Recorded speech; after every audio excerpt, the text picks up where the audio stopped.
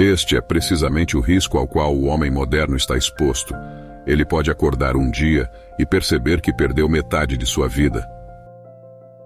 Os psicofármacos se tornaram uma das formas mais comuns de tratamento para transtornos de ansiedade e depressão. No entanto, esses medicamentos não são muito eficazes em curar as pessoas e muitas vezes se tornam apenas muletas para os conflitos psicológicos ao longo da vida. Felizmente, existem formas alternativas de tratar a ansiedade e a depressão. Neste vídeo, recorreremos a Carl Jung, um dos maiores psiquiatras da história, para obter conselhos psicológicos. A sociedade ainda se agarra firmemente à noção de que os transtornos de ansiedade têm origem em alterações dentro do cérebro. Infelizmente, muitos médicos comuns ainda apoiam esse evangelho em detrimento de seus pacientes. Eles são produzidos em multidões pela nossa época. A maioria desses pacientes foi convencida pelo dogma médico de que sua doença é de natureza física, quando acreditava-se que a maioria dos casos de ansiedade e depressão não são resultado de um cérebro defeituoso, mas de um modo de vida defeituoso. Portanto, o primeiro passo no método de tratamento de Jung não era prescrever medicamentos, mas fornecer uma dose de compreensão psicológica. Compreensão sobre o que esperar da vida e compreensão do que é necessário mudar em relação ao exposto acima. Jung apontou que muitas pessoas acreditam que a vida deveria ser fácil, que o sofrimento deveria ser minimizado e que as dificuldades devem ser evitadas. No entanto, Jung foi franco com seus pacientes, dizendo-lhes que a vida não é fácil, que conforto e paz não são nosso estado natural. Como ele escreveu, em última análise, é altamente improvável que exista alguma terapia que se livre de todas as dificuldades. O ser humano precisa de dificuldades, elas são necessárias para a saúde. Aceitar que as dificuldades são inevitáveis e que nada valioso é alcançado facilmente nos coloca em terreno firme da realidade, a partir do qual podemos mudar, porque quando aceitamos que a vida é difícil, também percebemos que só através de um caráter fortalecido temos alguma chance de viver uma vida boa. Por outro lado, se continuarmos presos à ilusão de que a vida deveria ser fácil, teremos menos motivação para superar um caráter fraco, pois erroneamente esperaremos que, se simplesmente dermos tempo, a vida se tornará mais fácil. E Jung escreveu que a vida é um campo de batalha, sempre foi e sempre será, e se não fosse assim, a existência chegaria ao fim. Outro aspecto da compreensão psicológica que Jung considerava crucial para seus pacientes era entender que nossos problemas existem no presente e que os problemas atuais não são resolvidos cavando em nosso passado. Muitas pessoas gostam de acreditar que só quando descobrem por que são como são, podem avançar na vida. Mas Jung acreditava que um foco excessivo no passado era simplesmente uma tática de evasão usada para evitar a difícil tarefa de enfrentar o que precisa ser feito agora. As pessoas devem saber que não apenas os neuróticos, mas todos naturalmente preferem nunca buscar as causas de qualquer inconveniência em si mesmos, mas afastá-las o mais longe possível de si, no espaço e no tempo. Caso contrário, correriam o risco de ter que fazer uma mudança para melhor. Em comparação com esse repugnante risco, parece infinitamente mais vantajoso para outra pessoa, ou se a culpa recair inegavelmente sobre si mesma, pelo menos assumir que de alguma forma ela surgiu por si mesma, na primeira infância. O primeiro requisito de qualquer método psicológico completo é que a consciência enfrente sua sombra. A sombra é o termo que Jung utiliza para se referir a elementos de nosso caráter que negamos e forçamos para o inconsciente devido à vergonha, insegurança ou censura. Em outras palavras, é o lado de nossa personalidade que desejamos esconder dos outros e de nós mesmos. Não há dúvida de que o homem é, em geral, menos bom do que imagina. O desejo de ser todos temos uma sombra, e quanto menos ela se incorporar à vida consciente do indivíduo, mais escura e densa ela se tornará. Jung acreditava que confrontar a sombra era crucial no processo de mudança pessoal por várias razões. Em primeiro lugar, não fazemos nenhum favor a nós mesmos negando as partes inferiores de nossa personalidade, o controle de como e quando essas características emergem.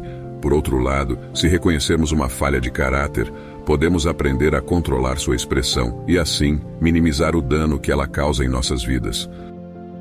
Como Jung explica, qualquer coisa consciente pode ser corrigida, mas qualquer coisa que escape ao inconsciente está além do alcance da correção, e com seu crescimento não perturbado, está sujeita a uma degeneração crescente.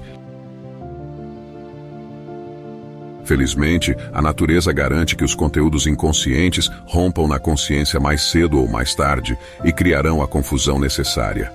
No entanto, a sombra não é composta apenas de possibilidades. Alguns elementos dela são forças que reprimimos em nossa juventude porque nossos companheiros, membros da família ou a sociedade em geral nos deram a falsa impressão de que essas características seriam indesejáveis. Mas algumas pessoas, por exemplo, reprimem a capacidade de expressar a raiva ou a habilidade de se defender. Outro benefício de trazer a sombra à luz da consciência é que ganhamos acesso a traços de caráter que promovem a vida. Ou como Jung escreve, a sombra é simplesmente algo inferior, primitivo, mal adaptado e desajeitado. Não totalmente mal, ela contém até mesmo qualidades que, de alguma forma, vitalizariam e embelezariam a existência humana. Mas a convenção é tomar consciência da sombra, observar as fraquezas, defeitos e inseguranças das pessoas próximas a nós, pois não apenas reprimimos traços de caráter semelhantes, mas também tendemos a projetar elementos de nossa sombra em outras pessoas, se prestarmos atenção. Além de observar os outros, outra forma de trazer a sombra à luz da consciência é refletir sobre os motivos de nossas ações, especialmente as ações das quais nos envergonhamos, e estar abertos à autocrítica quando necessário. Pois, como Jung aponta, muitas vezes a única coisa que nos impede de ver nossa sombra é a capacidade de sermos honestos conosco mesmos.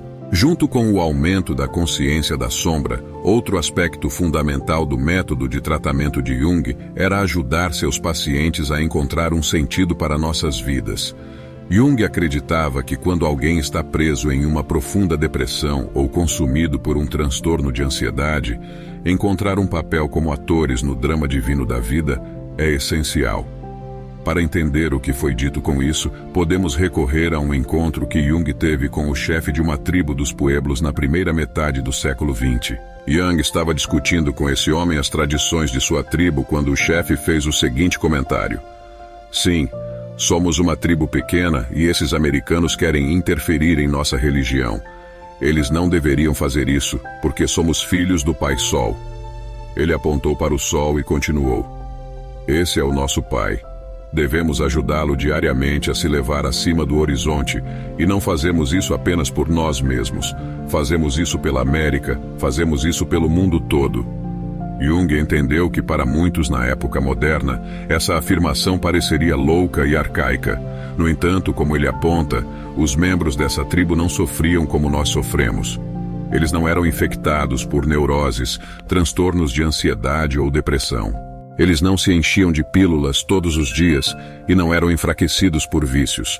Pelo contrário, essa tribo era composta por indivíduos altamente funcionais que serviam cumprindo o seu dever como atores no drama divino da vida, e suas vidas eram ricas em significado e propósito. Ou como Jung escreveu, essas pessoas não têm problemas, elas têm sua vida cotidiana, sua vida simbólica. Elas se levantam de manhã com um sentimento de sua grande e divina responsabilidade. São os filhos do Sol, o Pai, e seu dever diário é ajudar o Pai a se levar acima do horizonte, não apenas para eles mesmos, mas para todo o mundo.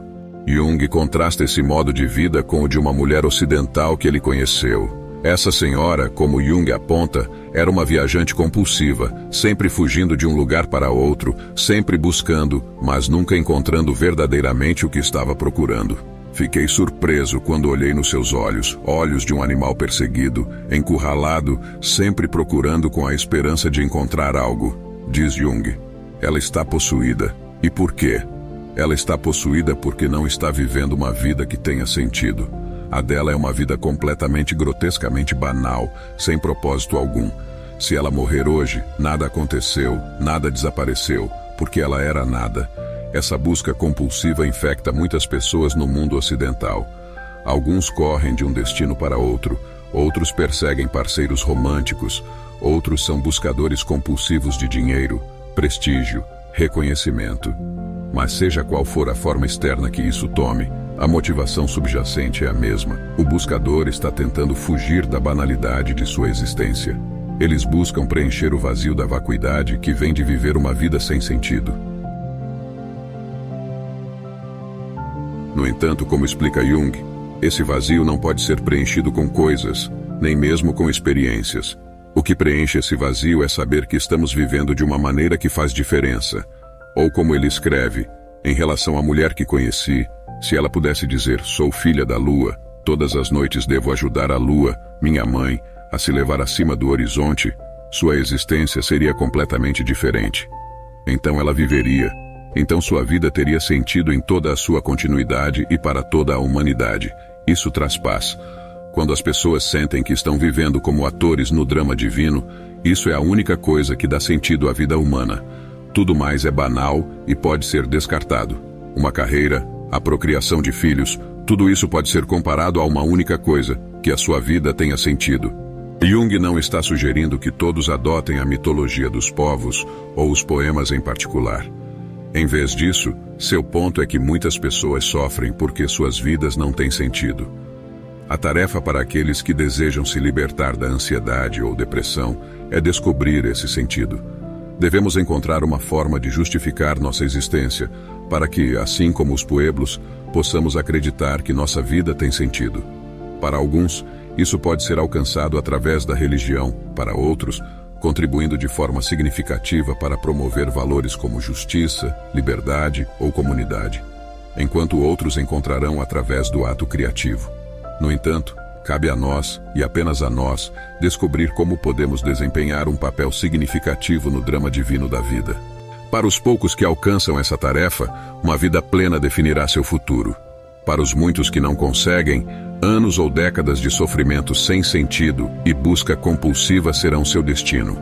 Como Jung escreveu, só me preocupo com o cumprimento daquilo que está em cada indivíduo. Esse é todo o problema. Esse é o problema do verdadeiro povo. Hoje, faço tudo o que é necessário para que meu pai possa se elevar acima do horizonte. Obrigado por chegar ao final. Espero que este vídeo tenha sido útil e tenha feito você refletir. Se você é novo conosco, até logo.